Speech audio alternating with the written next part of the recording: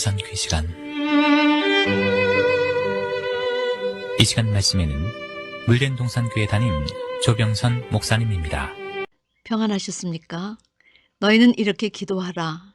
오늘은 주기도문 12절, 뜻이 하늘에서 이루는 것 같이 땅에서도 이루어지이다. 이 기도문에서 성경 전체에 감추어진 하나님의 뜻은 무엇인가에 대해 말씀을 나누려 합니다. 오늘은 그 첫째, 하나님은 먼저 당신의 뜻을 하늘에서 이루신 것 같이 땅에서도 이루어지시길 원하신다 하셨지요. 어떤 뜻을 가지셨기에 하늘에서 그 뜻을 먼저 이루시고 땅에서도 이루어지려 하실까요? 성도 여러분, 주님은 요한복음 4장에서 나의 양식은 나를 보내신 이의 뜻을 행하고 그의 일을 온전히 이루는 이것이다 말씀하셨고, 그의 공생애를 마감하시고 십자가상에 죽으시면서 다 이루었다 선포하셨습니다. 생명이 있는 마지막 순간에 도대체 무엇을 이루셨기에 다 이루셨다는 말씀을 남기시고 가셨을까요? 우리가 왜 하나님의 뜻을 바로 알아야 하는가는 주님께서 아버지 하나님의 뜻을 행하여 그의 일을 온전히 이루셨듯이 우리들도 아버지의 뜻을 행하여 그의 일을 온전히 이루는 성도의 공생애가 있기 때문입니다. 우리의 신앙의 삶 자체가 창조주이신 아버지 하나님의 뜻을 깨닫고 그것을 이루어 나가는 삶이며 그것이 구원받은 자의 마땅한 도리라 하시기 때문이지요. 그런 의미에서 성경 전체는 창세기부터 계시록까지 여인들이 아들을 낳기 위해 서로 경쟁하며 울부짖는 애 낳는 테마로 이루어졌다 해도 과언이 아닙니다. 이는 주님의 신부인 교회가 어떻게 임산하며 해산해서 영적 자녀를 낳아야 할 것에 대한 예표였기 때문입니다. 그러므로 여기서 말하는 해산은 육신적 아들을 낳는다는 것이 아니라 사도 바울이 말씀하신 것처럼 말씀으로 거듭나게 하고 말씀으로 그리스도의 형상을 회복하게 하고 말씀으로 영적 아이를 낳는 영적 어미가 되는 영적 해산을 말했습니다. 첫 번째, 구약에선 하나님이 이스라엘 백성의 구원을 이루시기 위해 임산부가 되셨습니다. 그러므로 내가 임산케 하였은즉 해산케 아니하겠느냐? 나는 해산케 하는 자인즉 어찌 태를 닫겠느냐? 며 당신을 임산케 하시는 자여 해산케 하시는 자로 소개하십니다. 태가 닫혔던 사라의 태를 열어 약속의 씨 이삭을 해석케 하신 분이 하나님이시요, 사라의 영거로 아비멜렉 집의 아내와 여종의 태를 닫으셨다가 아브라함의 기도를 통해 다시 생산케 하신 분도 하나님이셨습니다.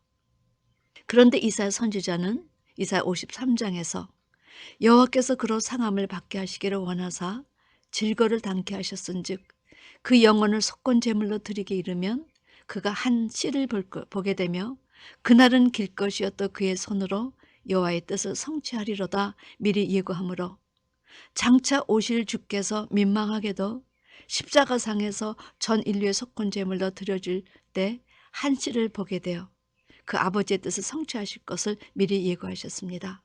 그리고 주님은 아버지의 뜻을 행하여 성취시켜드린 사건이 바로 십자가였습니다. 그리고 두 번째, 구약에서 하나님이 임산부가 되셨는데 신약에선 예수님이 임산부가 되셨습니다. 주님은 살아생전에 해산의 사명을 다하시려 겟세마네 동산에 세 제자들을 데리고 가셔서 끼어 기도하라 이렇게 말씀하시며 그들이 주님의 잔이 될 것을 땀이 피가 될 만큼 간절히 기도하셨습니다. 그러나 세 번 다 세 제자들이 자는 바람에 실패하셨지요. 그 예수님은 자기 백성을 저의 주에서 구원하시는 그리스도의 사명을 다하시고자 이사야가 예고한 그 십자가의 속건 제물이 되셨고 말할 수 없는 고난을 받고 십자가에서 한 씨를 보시고 다 이루었다는 말씀을 남기고 돌아가셨습니다. 예수께서 구원자로 자기 땅에 오셨지만 그의 백성이 그를 구원자로 영접해 드리지 않았습니다. 그런데 자기를 영접지 않은 이스라엘 백성과 종교 지도자들 속에서 어떻게 주님은 그 씨로 인해 하나님의 뜻을 성취하실 수 있었을까요? 이에 사복음 기자들이 이 역사적인 장면을 모두 기록하여 비밀한 내용을 다 드러내 주었던 것입니다. 골고다 언덕의 세 십자가, 예수를 사이에 두고 오른쪽과 왼쪽에 강도들이 십자가에 못 박혀 달려 있었습니다. 왼쪽 강도가 내가 그리스도가 아니냐, 너와 우리를 구원하라고 그 극심한 고통 가운데 예수를 비방했습니다. 이때 오른쪽 강도는 왼쪽 강도에게 내가 동일한 정죄를 받고서도 하나님을 두려워 아니하느냐? 우리는 우리의 행한 일에 상당한 복을 받는 것이 이에 당연하거니와 이 사람이 행한 것은 옳지 않은 것이 없느니라고. 그들의 저주의 십자가의 처형은 당연하지만 예수님은 죄 없음을 그 극심한 고통 가운데서 오히려 꾸짖었습니다. 그리고 그는 예수여, 주님의 이름을 불렀지요.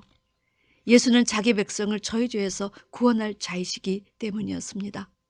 그리고 꺼져가는 소리로 당신의 나라 임하실 때 나를 생각하소서 고백하며 그의 나라에 임하실 때 자기를 생각하고 기억해달라 간구했습니다.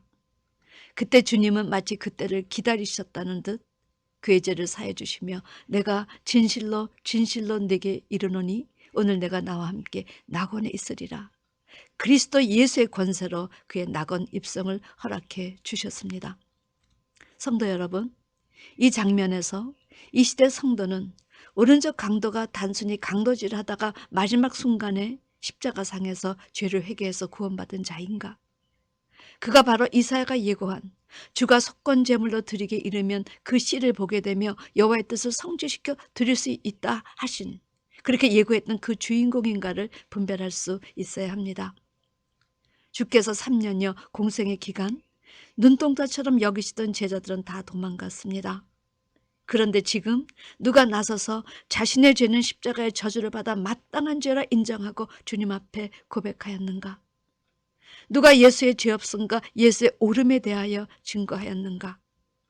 누가 예수여 부르며 예수가 자기 백성을 저희 죄에서 구원하실 자임을 믿고 그 이름을 불러 죄에서 구원해 줄 것을 요청하였는가? 누가 당신의 나라 임하실 때 나를 생각하소서 말하며 주의 나라를 인정하고 그 날에 임하실 때 자기를 생각하여 들어가게 해달라 고백한 자가 있었는가? 여러분, 없었습니다.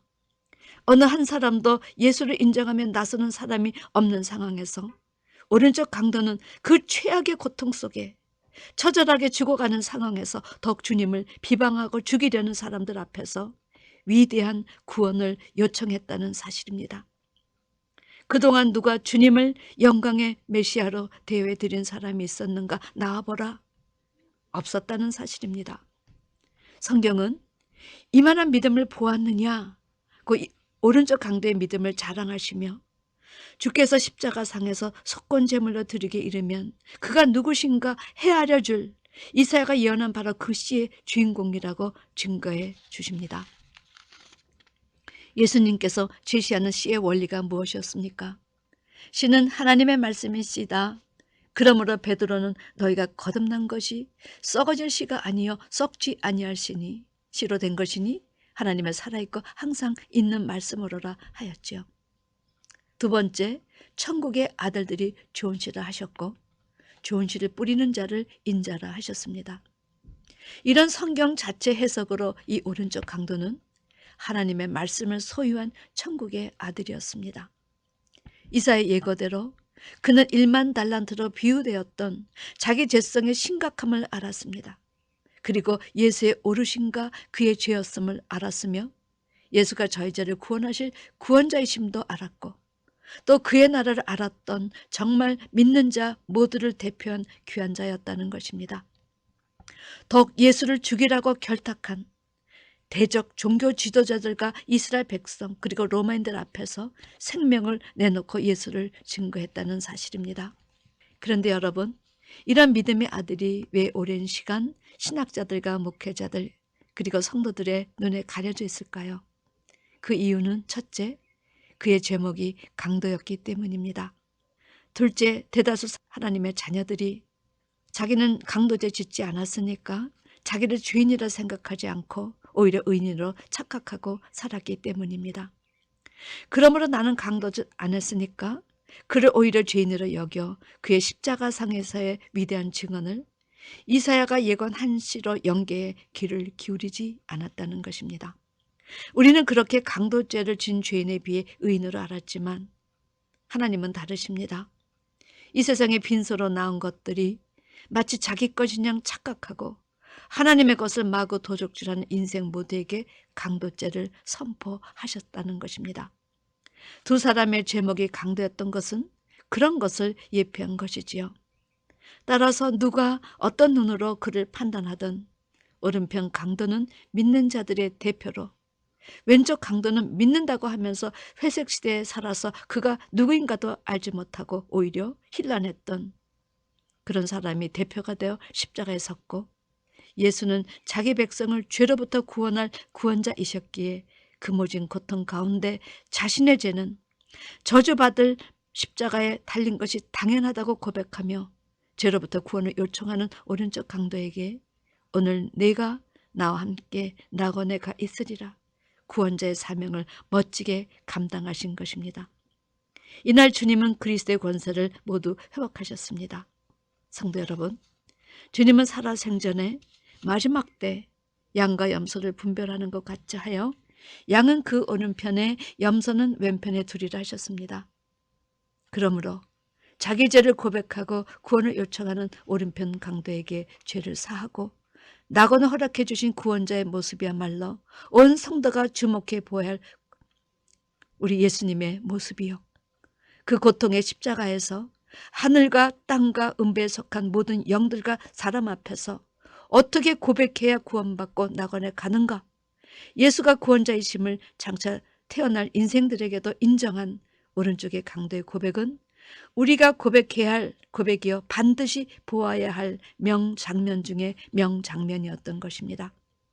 주님은 십자가 지시기 전에 여자가 해산하게 되면 그때가 이르렀으므로 근심하나 아이를 낳으면 세상에 사람 난 기쁨 인하여 그 고통을 다시 기억지 아니하시니라 말씀하셨습니다.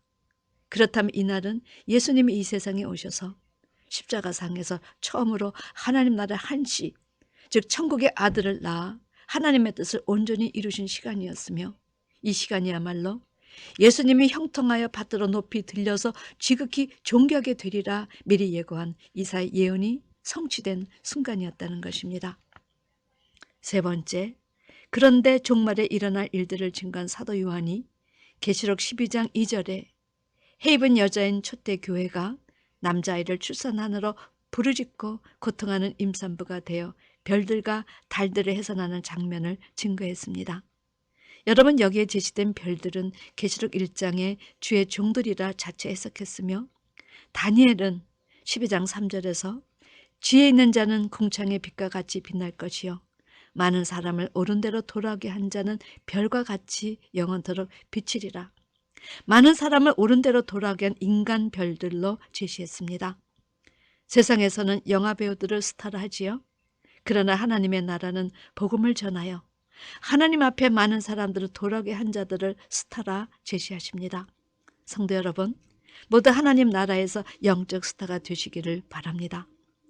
또한 시편 기자는 89장 37절에서 또 궁창의 확실한 증인 달같이 영원히 경고케 되리라며 해의 빛을 받아 반사는 달을 비유하여 하나님의 말씀을 받고 복음을 전파하여 두 증인의 사명을 감당하는 자들을 인간 달로 제시한 것입니다. 이를 통해 교회나 주의 종들이나 성도가 거듭나고 그리스도의 형상으로 성화되고 다른 사람들을 전도하여 구원시키는 그 배경 뒤에는 반드시 하나님의 역사가 있다 합니다. 그러므로 겸손히 기도하며 그분의 도우심을 구하는 자세로 영적 해산에 임해라. 이것이 성경이 주시는 하나님의 뜻이라 하신 것입니다. 성경은 구약이나 신약 그리고 장래 올 시대도 하나님의 특별 교육과 훈련을 받은 자들만이 영적 자녀를 임산하고 해산할 수 있다 하십니다. 그러나 대다수는 이 영적 자녀를 낳는 것에 실패해서 이사야 선지자는 26절 18절에서 여호와여 잉태한 여인이 상기가 임박하여 구로하며 부르짖음 같이 우리가 주의 앞에 이러하니이다.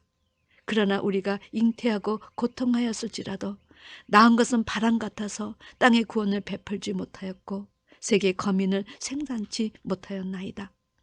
하나님의 뜻을 제대로 감당하지 못했다는 얼마나 송구스럽고 민망한 고백인지요. 주님 당시도 마찬가지였습니다. 그 시대 종교 지도자들에게 화 있을진저 외식하는 서기관들과 바리새인들이요 너희는 천국문을 사람들 앞에서 닫고 너희도 들어가지 않고 들어가려 하는 자도 들어가지 못하게 하는도다. 그들에게 얼마나 진노하셨습니까? 그러나 사도 바울은 그리스도 안에서 1만 스승이 있되 아비는 많지 아니하니 그리스도 예수 안에서 복음으로써 내가 너희를 낳았다 이렇게 말씀하였고, 베드로전서 5장 13절에 베드로는 마가는 내 아들 마가라 이렇게 불렀습니다. 사랑하는 성도 여러분, 우리도 수십 년 복음을 듣고 배웠으니 이제 각 사람 모두 말씀으로 영적 해산을 할 수 있어야 합니다.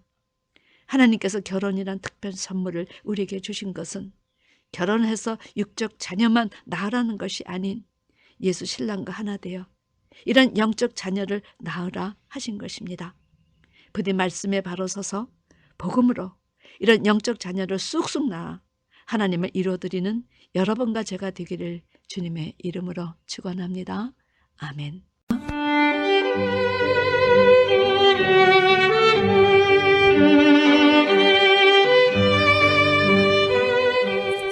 지금까지 말씀에 물된 동산교회 담임 조병선 목사님이었습니다.